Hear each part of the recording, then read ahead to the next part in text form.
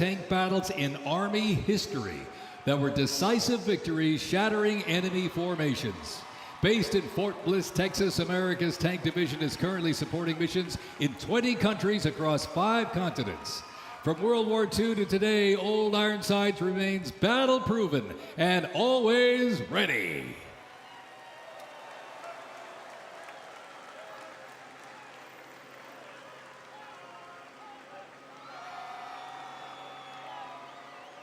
Ready to go.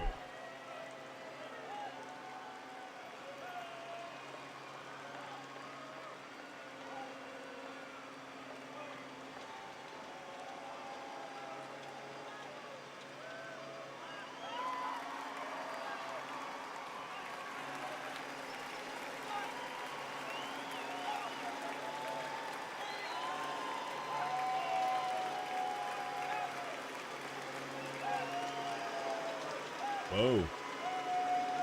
Still going.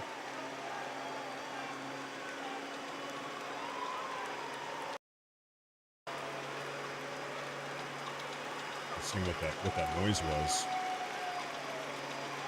So you will notice, right, when Russia or China, North Korea, when they do a military parade, they're, you know, sending down all their ICBMs, whatever. It's like they're trying to brag. This, what you're witnessing here, this is a celebration of American history.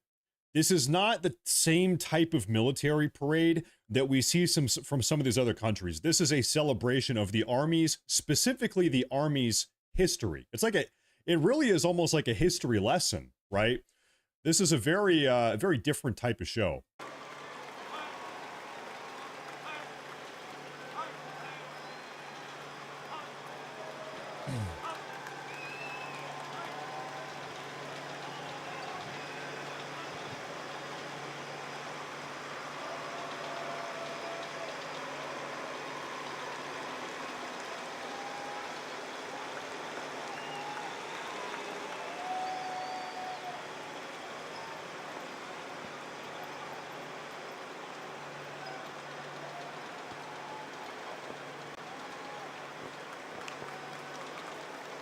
I think it's cool. I think this is awesome. Very cool.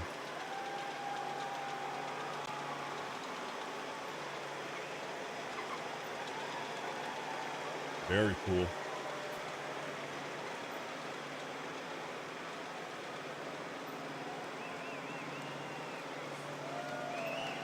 Very cool.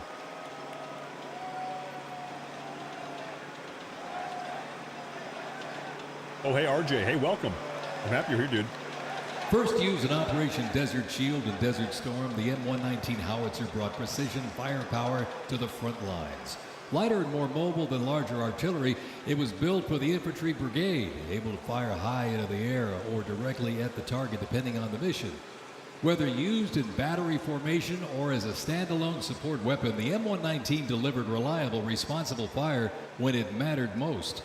Still in service today, including on the front lines in Ukraine, it remains a trusted part of the Army's arsenal. Don't you think that these days we are kind of exiting the armored vehicle tank meta, and now it's just the drone meta? It's drones, ballistic missile, because we're seeing this right now, Israel, Iran, and also Ukraine versus Russia. Tanks are not as much of a deal anymore. Now it's drones, it's cheap, disposable suicide drones, and missiles and and ballistic missiles. I guess not ICBMs, but anyway, ballistic missiles. Drones are maybe kind of like special thanks to our sponsor, UFC. Tanks are maybe becoming a thing of the past, kind of. I don't know. Robot warfare coming up. Hey, Gunner. Hey, thank you, Gunner. Thank you, dude. Thank you for tuning in. I appreciate that super chat. Thank you. Thank you.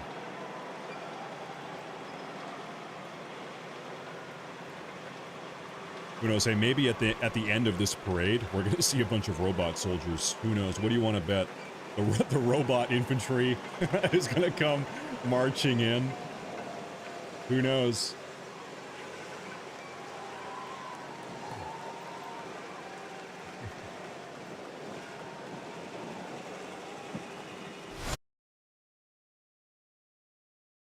On September 11, 2001, terrorists destroyed the World Trade Center in New York City and struck the Pentagon in Washington, D.C. using commercial airliners.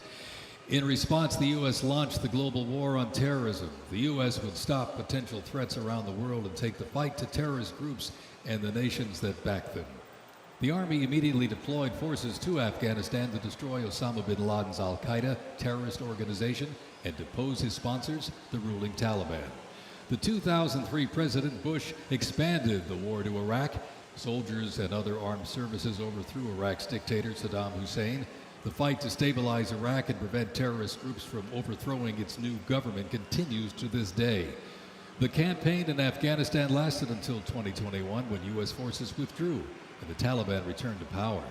Over the course of the two-decade conflict, over 2 million servicemen and women, less than 1% of the American population deployed in support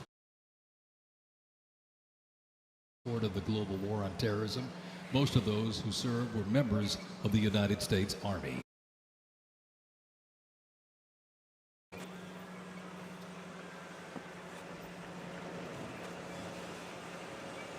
Mm.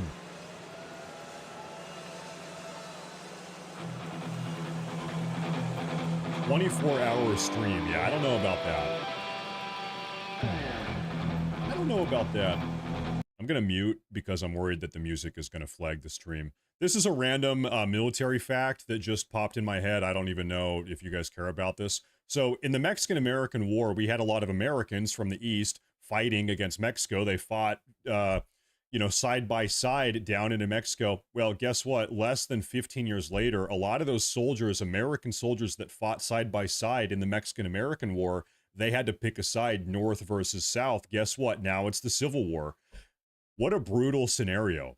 It's like these are Americans that you fought with. You defended America from Mexican aggression. Less than 15 years later, the same guys, the same men are fighting against each other because now it's the Civil War.